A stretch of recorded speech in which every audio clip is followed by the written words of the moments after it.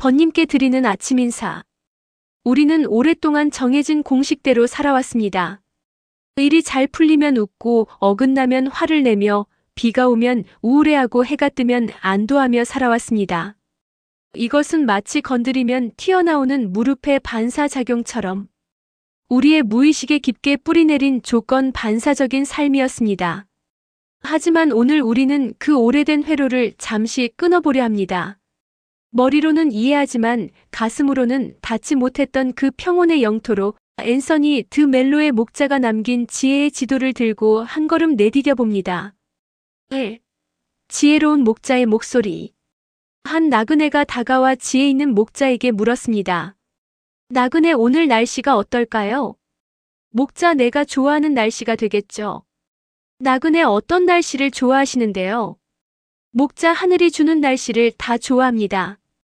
지금까지 살아오면서 내가 원하는 것을 늘 얻을 수 없음을 깨달은 후부터 나는 항상 하늘이 주는 날씨에 따라 내가 좋아하는 방법을 배웠죠.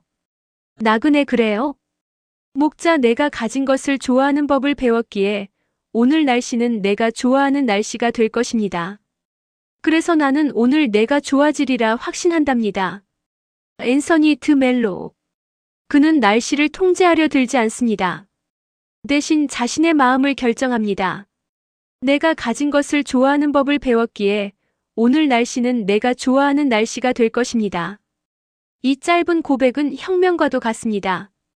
행복의 주도권을 하늘이나 타인에게 맡기지 않고 오직 자신의 내면으로 가져온 이의 당당한 선언이기 때문입니다.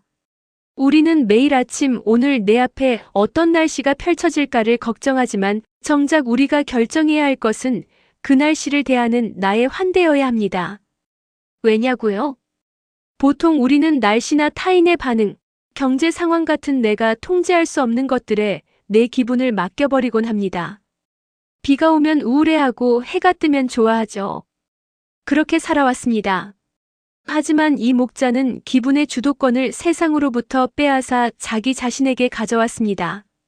세상이 나에게 맞춰주길 기다리는 대신 내가 세상에 맞춘다는 태도에서 느껴지는 압도적인 자유로움과 단단한 평온함이 느껴집니다.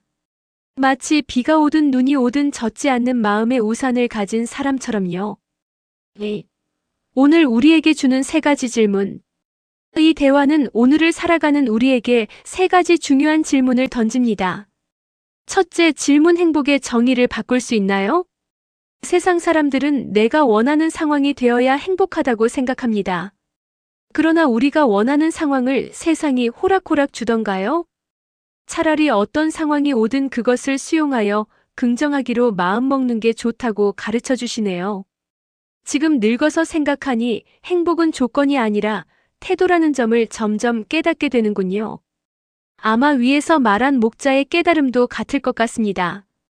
두 번째 질문, 번님께서는 통제할 수 없는 것에서 해방될 수 있나요?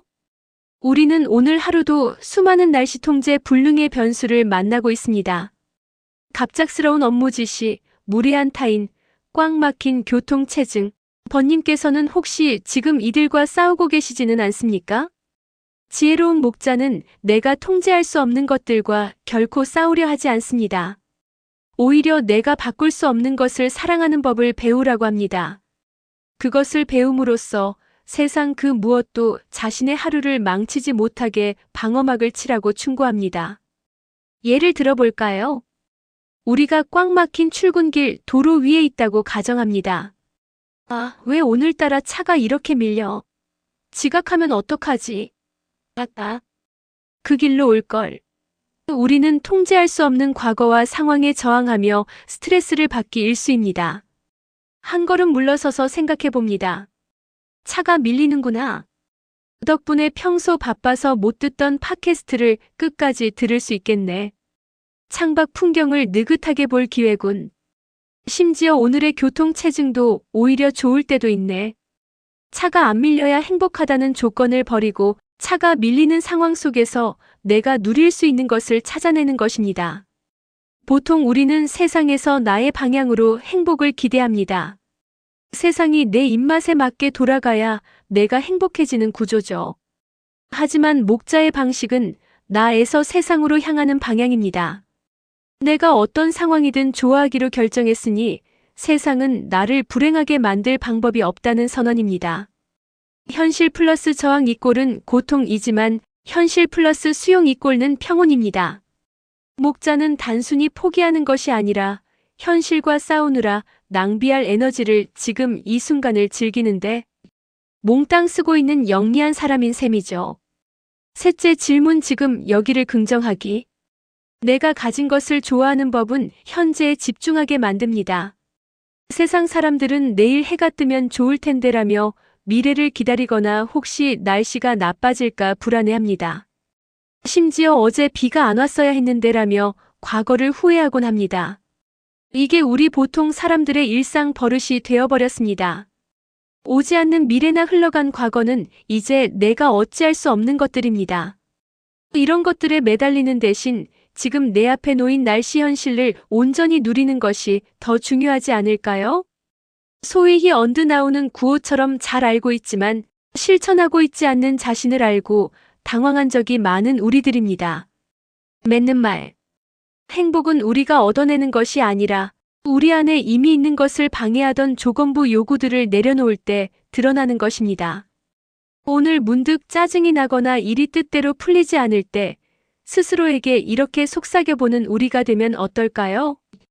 그래, 이것이 바로 내가 오늘 원했던 날씨 상황이야. 오늘 하루 번님이 어떤 상황을 마주하든 그것을 좋아하는 날씨로 만들어버리는 마법 같은 주도권을 발휘해 보시길 서로 응원합시다.